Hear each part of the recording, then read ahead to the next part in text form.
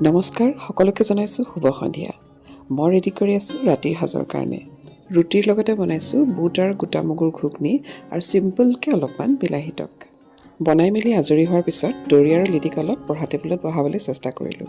সিহঁতৰ অলপ স্কুলৰ হোমৱৰ্ক আছিল, সেইখিনি কৰালোঁ। এনেদৰে আধা ঘণ্টামানৰ কাৰণে হ'লেও দুয়োটাকে মই পঢ়া টেবুলত বহাবলৈ সদায় চেষ্টা কৰোঁ। কাৰণ দিনটোৰ মেক্সিমাম সময় সিহঁতে খেলা ধূলাতে ব্যস্ত থাকে। মাজে মাজে টিভি চায়, মাজে মাজে মোবাইলত গেমো খেলে। টুইন চাইল্ড হোৱাৰ কাৰণে মোৰ এইটো এটা সুবিধা যে মই সিহঁতৰ লগত অনবৰতে লাগি থাকিব নালাগে। প্ৰায়ে দুয়োটাই দুয়োটাৰ মাজত খেলা ধূলা কৰি থাকে। টিভি চালেও শ্বেয়াৰ কৰি চায় আৰু মোবাইলত গেম খেলিলেও প্ৰায় শ্বেয়াৰ কৰিয়ে খেলে।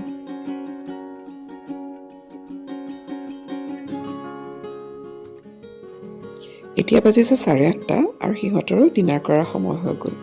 ভাত হ'লে সাধাৰণতে মই খুৱাই দিওঁ, কিন্তু ৰুটি নিজে খাবলৈ বিচাৰে। হ'লেও পিছে চাই থাকিবই লাগে, কাৰণ কেতিয়াবা আধা খায় আধা নাখায়। আফটাৰ অল মাকৰ মৰম, ভালদৰে নাখালে মনটোৱে নামানেচোন। সিহঁতক আগতে মোবাইল চাবলৈ দিয়া নাছিলোঁ, কিন্তু কিছুদিনৰ পৰা দিয়া হৈছোঁ, কাৰণ মোবাইলৰ পৰা সিহঁতে কিছুমান বস্তু শিকিব পাৰে। কিন্তু এই ক্ষেত্ৰত পেৰেণ্টছৰ সম্পূৰ্ণ নজৰ থাকিব লাগে। বাৰু আজিলৈ ইমানেই। পুনৰ লগ পাম এটা নতুন ব্লগত। বাই, গুড নাইট।